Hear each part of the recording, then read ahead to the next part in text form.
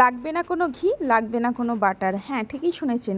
ঘি ও বাটার ছাড়া আজ বাড়িতেই তৈরি করে দেখাবো স্টিলের থালা ও কড়াইতে বাদাম বিস্কুট। কোনো রকম মেজারমেন্ট লাগবে না আর কোনো রকম মাইক্রো ওভেন ছাড়াই কিন্তু এই বিস্কুটটা আমি ইজিলি তৈরি করে দেখাবো তোমাদেরকে। আর হ্যাঁ, এইগুলো কিন্তু তোমরা বাড়িতে অনেক দিন পর্যন্ত কন্টেনারে ভরে স্টোর করে রাখতে পারবে। আর এই বাদাম বিস্কুটগুলো এতটাই খাস্তা হয় যে কোনো রকম মেজারমেন্ট ছাড়াই তৈরি করা যায়। আর বাড়িতেই বানানো হচ্ছে সেহেতু বিস্কুটটা তো স্বাস্থ্যকর হবেই, আর বাড়ির বাচ্চাদের জন্যও কিন্তু অনেকটা উপকারী হবে। আর হ্যাঁ, ভিডিওটি শুরু করার আগে বলে রাখি, ভিডিওটি যদি ভালো লেগে থাকে অবশ্যই নিজের টাইম লাইনে শেয়ার করে রেখে দেবে, নাহলে কিন্তু বানানোর সময় প্রবলেম হয়ে যাবে, ভিডিওটি তোমরা খুঁজে পাবে না। তো তেমন কিছু না, একদম বাড়িতে থাকা উপকরণ দিয়ে তোমরা বানিয়ে ফেলতে পারবে এই বাদাম বিস্কুট। সর্বপ্রথম গ্যাসের মধ্যে কড়াই বসিয়ে দিয়েছি এবং মিডিয়াম টু লো ফ্লেমে রেখেছি। তার মধ্যে দিয়ে দিচ্ছি 1 বাটি পরিমাণে চীনা বাদাম। বাদামটা দিয়ে খুব বেশি ভেজে ভেজে লাল করে ফেলা যাবে না, একদম হালকা করে ভেজে নিতে হবে। বাদাম কিন্তু হালকা গরম হয়ে গেলেই তার উপরের খোসাগুলো কিন্তু আপনি আপ উঠে আসবে। তো দেখো, বাদাম আমি ভেজে লাভিয়ে নিয়েছি একটা প্লেটের মধ্যে এবং হাত দিয়ে কিন্তু এরকম ঘষলেই সবগুলি খোসা কিন্তু অনেক সহজেই উঠে যাবে। তারপর মিক্সির জারের মধ্যে আমি নিয়ে নিয়েছি খোসা ছাড়ানো বাদামগুলি আর দিয়ে দিয়েছি হাফ চা চামচ পরিমাণে চিনি। হাফ চা চামচ পরিমাণে চিনি দিলেই কিন্তু যথেষ্ট। তোমরা যদি আরও বেশি মিষ্টি করতে চাও তো সেক্ষেত্রে চিনি দিতে পারো। তারপর এখানে আমি একটা প্লেটের মধ্যে নিয়ে নিয়েছি বাদাম আর চিনির গুঁড়োটা। তারপর আমি এর মধ্যে অ্যাড করে দিয়ে দিয়েছিলাম হাফ চা চামচ পরিমাণে ময়দা। আর হ্যাঁ, অবশ্যই ময়দাটাকে একটু চেলে নেবে। তারপর তার মধ্যে অ্যাড করে দিয়েছি 1 চা চামচ পরিমাণে বেকিং পাউডার আর দিয়ে দিয়েছি হাফ চা চামচ পরিমাণে লবণ। লবণটা তোমরা স্বাদ অনুসারে দেবে। আর হ্যাঁ, বিস্কুট যে কোনো বিস্কুট একটু নোনতা নোনতা হলে কিন্তু বেশ ভালো লাগে, তাই এর মধ্যে আমি অ্যাড করে দিয়েছি লবণ। তারপর সবগুলি উপকরণকে হাত দিয়ে খুব ভালোভাবে মিশিয়ে নিয়েছি। তারপর আমি এর মধ্যে অ্যাড করে দিয়ে দিয়েছিলাম বড় চামচের 4 চা চামচ পরিমাণ সয়াবিন তেল।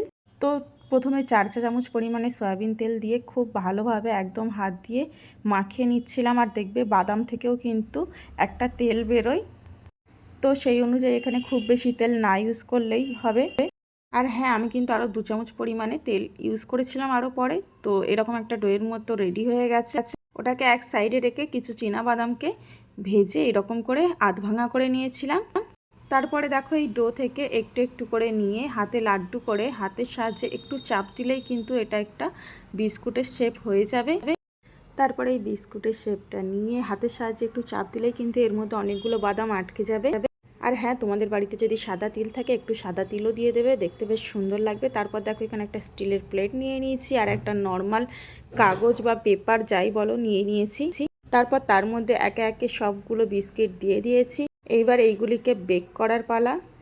তো বেক করতে বেশি কিছু লাগবে না, একটা অ্যালুমিনিয়ামের কড়াই বসিয়ে দিয়েছি, তার মধ্যে দিয়ে দিয়েছি একটি বাটি এবং বাটির উপর ওই যে প্লেটের উপর বিস্কিটগুলো সাজিয়েছিলাম এইগুলো দিয়ে দিয়েছি। দিয়ে ঢাকা দিয়ে প্রায় 30 মিনিট মতো, 30 থেকে 35 মিনিট একদম মিডিয়াম টু লো ফ্লেমে বেক করে নিয়েছিলাম বিস্কুটগুলিকে।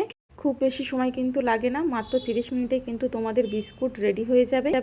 আর হ্যাঁ, আমি কিন্তু দুবারে করেছিলাম বলতে এই দিকে যেমন কড়াইতে বসিয়েছি এক সাইডে, আরও এক সাইডে আমি হাঁড়ির মধ্যে বসিয়েছি। তো দেখো, হাঁড়ির মধ্যেও কিন্তু খুব সুন্দরভাবে বিস্কুটটা রেডি হয়ে গেছে। এবার আমি তোমাদেরকে বের করে দেখাচ্ছি।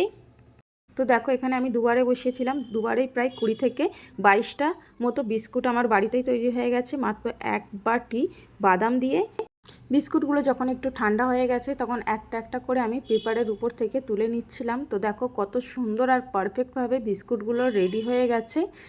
তো তোমরাও চাইলে খুব সহজে এইরকম প্রোটিনে ভরা বাদাম বিস্কুট খুব সহজেই বাড়িতে বানিয়ে ফেলতে পারবে আমার এই রেসিপি দেখে। বিস্কুটটা যে কতটা খাস্তা হয়েছিল সেটা বলে বোঝাতে পারবো না, অবশ্যই বিস্কুটটা দেখে তোমরা বুঝতে পারছো। তো দেখো, বিস্কুটটাকে ভেঙে দেখাচ্ছি, দেখো কতটা খাস্তা হয়ে গেছে বিস্কুটটা। খুব সুন্দরভাবে বেক হয়েছিল একদম মাইক্রো ওভেন ছাড়াই। তো এটাই ছিল আজকের আমার বিস্কুটের রেসিপি।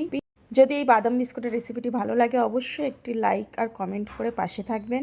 আর হ্যাঁ, আবারও বলছি, ভিডিওটি শেয়ার করে নিজের টাইম লাইনে রেখে দেবেন, না হলে কিন্তু বানানোর সময় আবার খুঁজে পাবেন না, তখন কিন্তু প্রবলেম হয়ে যাবে। আর যারা নতুন বন্ধু আছো তারা অবশ্যই আমার প্রোফাইলটাকে ফলো এবং সাবস্ক্রাইব করে পাশে থাকবে আরও নিত্য নতুন রেসিপি দেখার জন্য। ভিডিওটি যারা প্রথম থেকে শেষ পর্যন্ত দেখলেন তাদেরকে অসংখ্য ধন্যবাদ। সবাই ভালো থাকবেন, সুস্থ থাকবেন। আজকে আমি বিস্কুট খেতে খেতে চলে যাচ্ছি, সঙ্গে দুধ চা করে নিয়েছি। দুধ চায়ের সঙ্গে বাদাম বিস্কুট একদম জমে যাবে। তোমরাও যদি খেতে চাও অবশ্যই আমার রেসিপি থেকে বাড়িতে বানিয়ে নাও। ধন্যবাদ।